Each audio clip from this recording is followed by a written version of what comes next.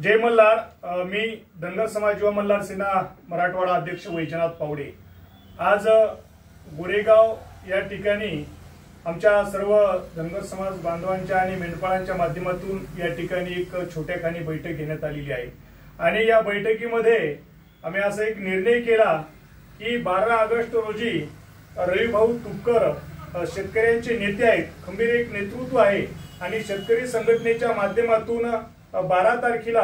हिंगोली जिल्हा अधिकारी कार्यालयावर एक मोठं आंदोलन शेतकरी बांधवांचं त्या ठिकाणी ठेवण्यात आलेलं आहे। आमचे शेतकरी संघटनेचे मराठवाडा अध्यक्ष गजानन भाऊ कावरखे यांच्या या मार्गदर्शनाखाली हिंगोली जिल्ह्यामध्ये खूप मोठा शेतकरी बांधवांच्या मागण्यासाठी, जे शेतकरी बांधवांचं शेतामध्ये जे नुकसान होते, गावामध्ये जे काही ग्रामपंचायतच्या आणि जिल्हा परिषदच्या माध्यमातून जे काही योजना असतात, मग घरकुल योजना असेल किंवा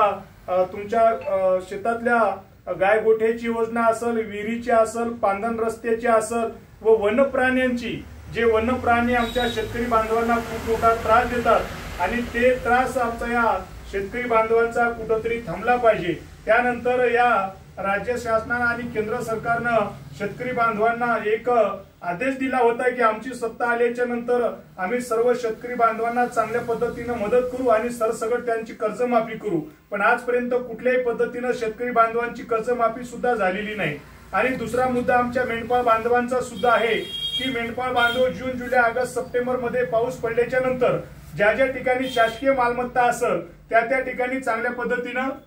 मेंढ्या चालण्याचं काम करतात, पण या कलियुगामध्ये मेंढपाळावर सुद्धा खूप मोठा अन्याय होतो आणि फॉरेस्ट डिपार्टमेंटच्या अधिकारी आमच्या मेंढपाळांना खूप मोठा त्रास देतात। ज्या ठिकाणी शासकीय मालमत्ता आहे त्या ठिकाणी प्लांटेशन झालेली नाही, कुठल्या वृक्षाची लागवड झालेली नाही, त्या ठिकाणी सुद्धा आमच्या मेंढपाळ बांधवांना मेंढ्या चालू देत नाहीत आणि आमच्या मेंढपाळ बांधवांना त्या ठिकाणी त्याची पिळवणूक केली जाते किंवा त्यांच्याकडून पैशाची मागणी केली जाते। आणि केंद्र सरकार आणि राज्य शासनाला मला एकच सांगायचं आहे की या फॉरेस्ट डिपार्टमेंट मध्ये जेवढा भ्रष्टाचार आहे तो कुठल्याच योजनेमध्ये या महाराष्ट्र देशामध्ये कुठल्याच ठिकाणी भ्रष्टाचार नाही। जर एका शेतकऱ्यानं 5 रुपयाचं रोपटं आणलं तर ते एका वर्षामध्ये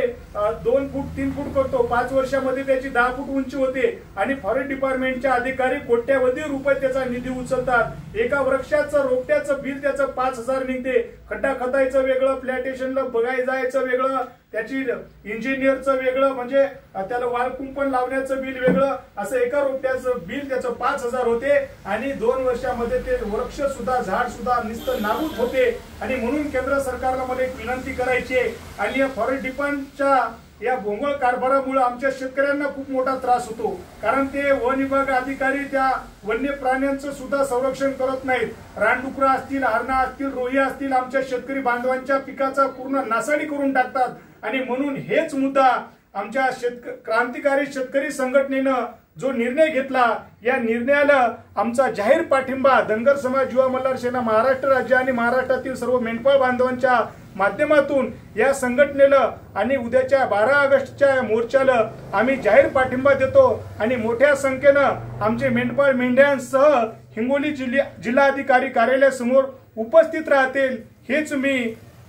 हिंगोली जिल्ह्यातील सर्व अधिकाऱ्यांना सांगू इच्छितो की आमच्या ह्या जर मागण्या पूर्ण नाही लवकर झाल्या आणि जर आम्ही एकदा मेंढ्यांचे कळप त्या रोडवर जर उभे आणून ठेवले तर पूर्ण हिंगोली जिल्हा ब्लॉक होऊन जाईल, कुणीकडे वाहन सुद्धा कुणीकडे जाणार नाही। आणि म्हणून ही वेळ आमच्या शेतकरी संघटनेवर येऊ नये आणि उद्या रस्त्यावर उतरायच्या अगोदर जर ह्या मागण्या पूर्ण जिल्हाधिकारी साहेबांनी जर केल्या तर नक्कीच आमच्या शेतकरी बांधवावर त्यांचे खूप मोठे उपकार होतील।